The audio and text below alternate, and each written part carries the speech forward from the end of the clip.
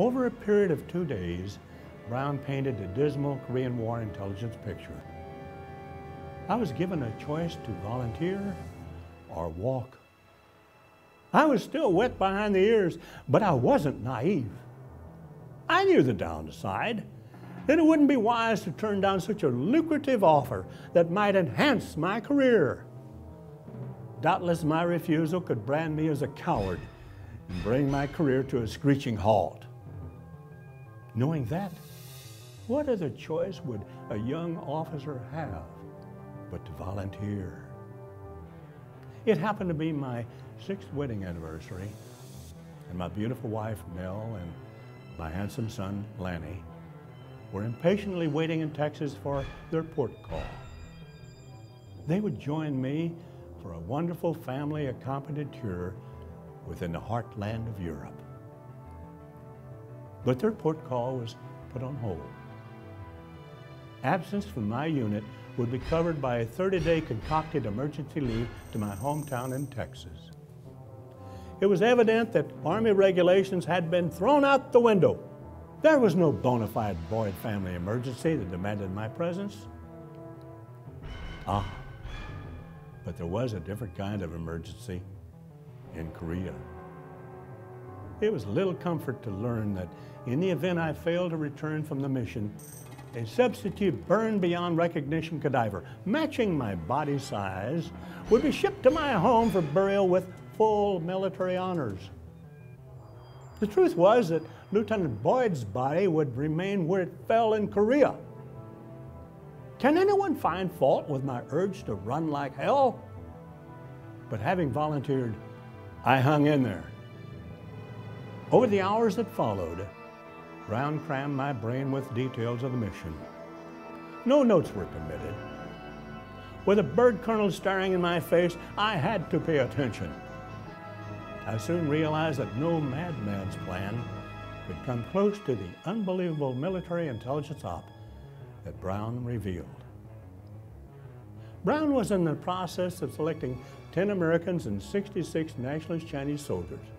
Their mission: pull off a bizarre military intelligence operation behind Korean War enemy lines during the month of January 1952. The intelligence team included 3 Air Force officers, 1 Army communications officer, 2 Navy Frogmen, 2 Army Rangers, and 2 Central Intelligence agents. Each team member assumed a fake mission name for the sake of security.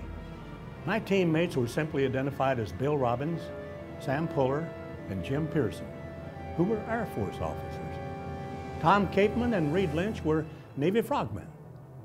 Dan Kingsley and Ted Moody were Army Rangers. Jerry Hensley and John Tyler were members of the Central Intelligence Agency. I would assume the name Sergeant Michael L. Baker, U.S. Air Force. Following staging, the team was transported by submarine from Japan to a lovely frozen beach just north of the battle line in North Korea. After landing on an icy shore, we assumed the role of downed airmen, whose B-29 bomber had supposedly gone down from enemy fire over North Korea. I soon found out that an Air Force high-altitude flight suit was no match for the Korean winter. Well, the plan called for team members posing as prisoners to be transported across the North Korean peninsula in a mock armored convoy manned by 66 nationalist Chinese military. Fake travel orders designed to deceive the enemy ordered the team moved by motorized convoy to a port on the Yellow Sea. There they would board a Chinese gunboat destined for mainland China. The mission would have been impossible without the inside assistance of a trusted enemy field-grade Chinese officer who had remained loyal to Chiang Kai-shek. He succeeded in publishing authentic-looking travel orders for the convoy, as well as fake orders that assigned 22 friendly Chinese or Korean spies to major enemy units. Because of the nature of their assignment, those brave spies had unquestioned access to intelligence concerning every unit within the North Korean and Communist Chinese commands. 2 converted American half-tracks within the convoy became the team's abode during the mission. Previously mounted Quad 50 anti-aircraft weapons on the half tracks had been replaced by an armor plate steel compartment with a large red star painted on each side. There was no room for comfort within those sardine cans, while outside temperatures plunged to below zero. 6 men with communications equipment, rations, water, rifles, 6 thermite bombs, and a stinking latrine bucket were crammed into an unbearable space. Traveling only by night and bivouacking by days over the course of a week, the team gathered 20 intelligence reports from in-country Korean or Chinese spies. Those top-secret reports were processed by the CIA agents for transmission and handed over to me. By staying alive, I enciphered and transmitted the reports by high-frequency radio to an aircraft orbiting over the Sea of Japan or South Korea. Those reports were returned to Japan and relayed over the military Trans-Pacific Communications Network to the President. My selection for the mission was based upon my Fort Benning, Georgia infantry officer training, my ability to transmit high-speed international Morse code, and a top-secret security clearance with training as a communications and crypto specialist.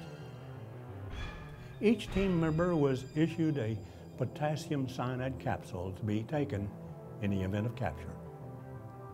We were given ample reason to choose death over life. If taken prisoners, we were told that we could anticipate a brutal interrogation. One favored method was to yank out teeth, toenails, and fingernails by a ruthless interrogator. Another more gruesome interrogation method would have team members witness the torture of a fellow teammate tied face down to a table. A red-hot poker would be inserted into his rectum. While screaming with pain, his testicles would be crushed. Each team member would then be ordered to tell all or be next. No team member would expect to survive. Regardless of the outcome of the interrogation, each team member would have his brains blown out. Need anyone question why one shouldn't take the cyanide? During the treacherous nighttime winter crossing of the peninsula, we camped at Wonsan, Manyani, Kamchin, Haju, and Onjin, North Korea. Over the course of 5 days, I was successful in transmitting 20 intelligence reports. Within hours, those intelligence reports were on the way to the White House. The outlandish scheme had worked. Truman finally had conclusive evidence that the United Nations forces were facing a formidable enemy, approaching 1 million men. Our commander-in-chief also understood that enemy fortifications were being dug in up to 50 miles from the battle line. Doubtless the most shocking intelligence revealed Soviet heavy bombers were parked on tarmacs on Manchurian airfields. Armed with atomic weapons, those aircraft could be employed under the direction of a senior Soviet military field commander. As the intelligence convoy neared the Yellow Sea on the final day of the operation, it was hit by 3 Soviet T-34 tanks. Doubtless our cover for the mission had been compromised. Of 76 brave men, only 3 escaped the carnage. I took a bullet wound to my lower left leg and suffered lung frostbite. A round opened a deep gash in Tom Capeman's left shoulder. Despite every effort, his wound continued to ooze blood. Jim Pearson was in bad shape, having suffered a severe concussion that was complicated by pneumonia. While stumbling along a 30-mile mountain trail that led to the Yellow Sea, the 3 survivors came face to face with a 5-man enemy patrol. I was forced to kill those young Chinese soldiers with fire from a Browning automatic rifle. One young soldier, while suffering in the throes of death, uttered the words, "Yin Lin Ni." I later learned the meaning of his words. I forgive you. I had just shot him, and in his dying breath, he had forgiven me. It became nothing short of a miracle that we made it to a ledge that overlooked the Yellow Sea. As darkness closed in, I set up a powerful signal light taken from an emergency kit that I had removed from our disabled half-track. Near daylight on 18 January, my SOS light signal was spotted by a British frigate that called in an Air Force rescue helicopter. We were picked up and flown to Kimpo Air Base near Seoul, South Korea. After arrival at a MASH field hospital, I said a final farewell to my comrades. I learned from the medics that my buddies were fighting for their lives, but I would never learn if they survived their wound. My plea to Colonel Brown to learn their true identity fell on deaf ears. According to Brown, national security concerns prohibited my learning the true identity of all of my teammates. Based upon what he learned from the broken reed intelligence reports, the President decided to secure the front line along what is now known as the DMZ. He then directed peace negotiations at Panmunjom, where they continue to this day. I'm haunted by what could have taken place had Operation Broken Reed failed.